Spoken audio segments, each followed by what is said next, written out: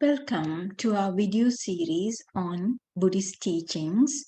This is part 1, How the Mind Works. And today we will discuss the 5 aggregates or Pancha, Upadana, Skanda. We are made out of 2 parts. We have a mind and we have a body. And today we will look at how our mind works. In the Buddhist teachings, there are 7 volumes describing the function of the mind. And the study is called Abhidharma. But since we are not planning to get a PhD in this subject, all we need is a basic knowledge, because our goal is to get our PhD in attaining Nibbana. So this is the first fact. If we look at our mind, a thought will come, stay for a very short time, a fraction of a second, and then it will disappear. And then it will be replaced by a new thought. The word for thought is chitta or sita. So what's important is that we can only have one thought at a time, and they are constantly changing. Therefore, there is nothing permanent in our mind. The very first thought, while we are still in the womb, is called pratisandhi sita. When we are at rest and when nothing is happening, those thoughts are called bhavanga sita. And then the last thought, just before we die, is called the chuti sita. When a piece of data from the outside world is brought to our attention, let's say you see a car or you hear a car, or we think of something. For example, we think of a car. Anytime anything like that happens, the bhavanga sita will pause and allow this new data to be brought to our mind. This whole process is called a chitta vidya. Vidya is street, and it can have up to 17 thoughts. Again, the word here is chitta vidya. This is another concept you need to understand, which is every thought which is marked in red here has companions, and these companions are called chaitasika. As you see, they are marked in blue, and you can have, there's been up to 52 companions that has been described. So, one of these is called Vedana, which can be pleasant, unpleasant, or neutral feelings. Another one is called Sanya, which is perception. The other 50 are categorized together under the term Sanskara. The best way we can understand this is think of them as working in an office. So in the first room, you get 2 of the chaitasikas working, which is Vedana or feelings and Sanya or perceptions, along with consciousness or Vijnana. In the other room, you have a boss, Chetana, and Tanha, and 48 other team members. So we can call it the Department of Sanskara. So in the Department of Sanskara, there's also other members. One is a good deeds team, and another is a bad deeds team. And then, of course, there's a neutral deeds team. We already reminded you about Tanha and Chetana. This is a fascinating thing that I learned, which is in some people, the good deeds team is overactive. For example, you can think of Dalai Lama, who's very compassionate. And in some people, the bad deeds team is overactive. And a good example would be someone like Hitler. Now let's see how these guys work together. Let's see how our mind sees a yellow rose. So light rays from the rose will fall on the eye. Now the eye is a sense organ. This data is collected and handed over to Vijnana or consciousness. His job is to acknowledge the receipt of this data. Once he acknowledges the data, he'll hand it over to Sanya, who will compare it to the existing database and identify this new data as a yellow rose. Sanya will hand it over to Vedana or feelings, and his job is to categorize all data into 3 groups: pleasant, unpleasant, and neutral.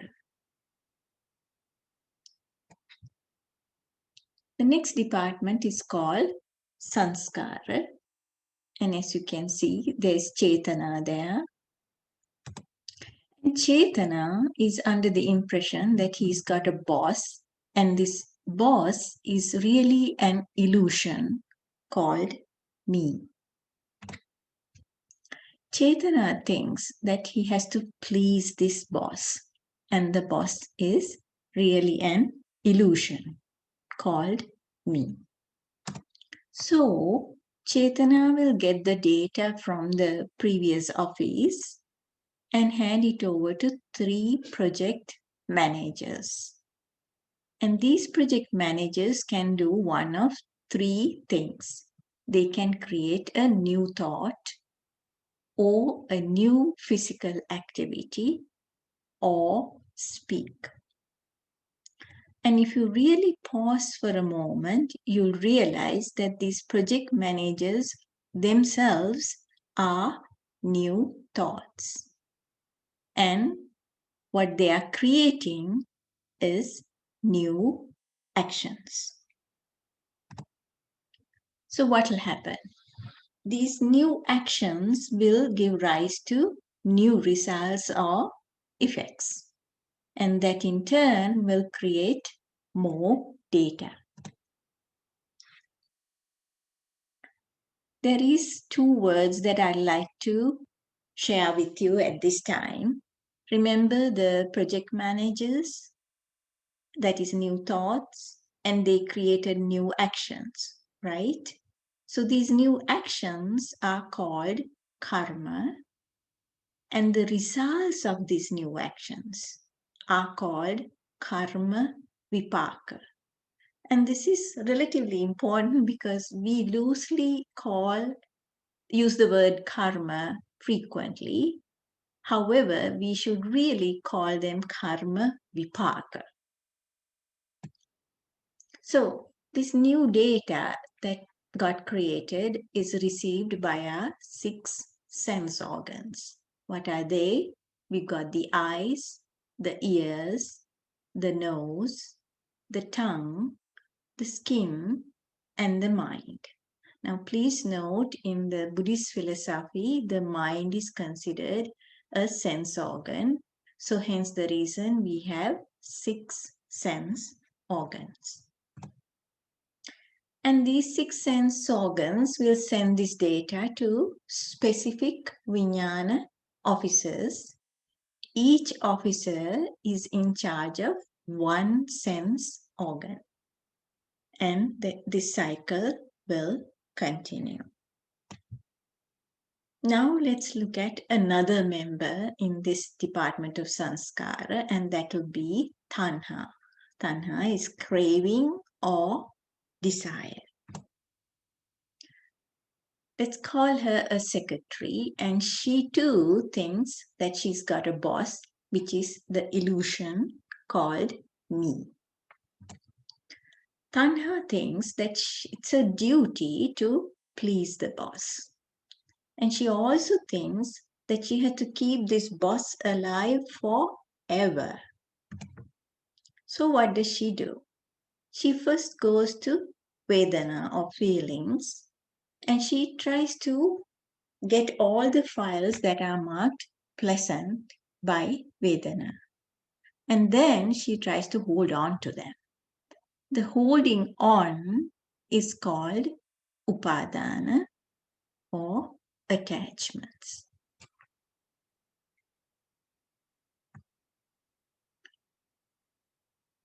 And what does Chetana do? When Tanha hands over these files to Chetana, Chetana goes and hands them over to the project managers. And the whole goal of this team is to try and create more pleasant experiences for the illusionary boss called me, and also work hard to eliminate unpleasant feelings. Next, Tanha will go to Vijnana and then tell Vijnana, please, you have to keep our boss alive forever. So, what happens when we die? Well, the last piece of data created by the dying body is taken by Vijnana or consciousness and handed over to the new body while it is still in the womb. And this will facilitate the growth of the new body and new mind and the growth of the 6 new sense organs. And the 6 new sense organs will start getting new data, and we start sending them to the new Vijnana officers. And this cycle will continue. So, how do we stop this cycle? Well, we have to retire the boss, the illusion of me. Then Chetana and all the team members at the Department of Sanskara can retire too. And then the cycle of birth and rebirth will cease. So now let's look at some terms we learned. We learned about the yellow rose, which is really an object, and it is also called Rupa. We learned the term Vedana, which is pleasant, unpleasant, or neutral feelings. Sanya, which is perception, and then the Sanskara, which is a department of 50 members, including Chetana. Vijnana, which is consciousness. These 5 are called the 5 aggregates or Pancha, Upadana, Skanda. Remember at the beginning we said we have a mind and we have a body. So our body is part of the Rupa. But in addition, Rupa includes outside objects like the yellow rose and also all the other things we see. On our mind, we have 3 chaitasikas here, right? The Vedana, Sanya, and then the department with the 50 members, which is Sanskara, plus Vijnana, right? So those are the 5. And they can be categorized into body and mind. Remember, whenever we receive data, it got accepted by the 6 sense organs, and it went through this process. What we have to understand is once the data went through, that was the end of it. And then more new data will come, but it is a process that constantly ends and begins again. So, therefore, we could conclude that the 5 aggregates are impermanent or transient and are constantly changing. And we saw the process. Since the 5 aggregates are equal to our mind and our body, rather than going to all those details, we can conclude that our mind and our body are not permanent and they are constantly changing. We also saw some of the reasoning behind that in part 5 of the Path to Nibbana video series. So today we learned the concept of Pancha Upadana Skanda. Next time we will talk about Paticca Samuppada. This is a very important reminder. It is very important to realize that there's a lot we have to learn. And therefore, it is very, very important to stay humble and keep learning and keep contemplating. I also strongly feel that we need to help and nurture each other during this journey. Please do take a moment to join our mailing list at zenexercise.com. That way we can share new information and new resources as I come across them. You also will find links to free downloadable books that have really helped me understand these subjects. And the one that is really good for this particular subject we discussed today is the Abhidhamma in Practice by Dr. Mendes. Thank you so much for listening, and please do take a moment to share this with like-minded friends.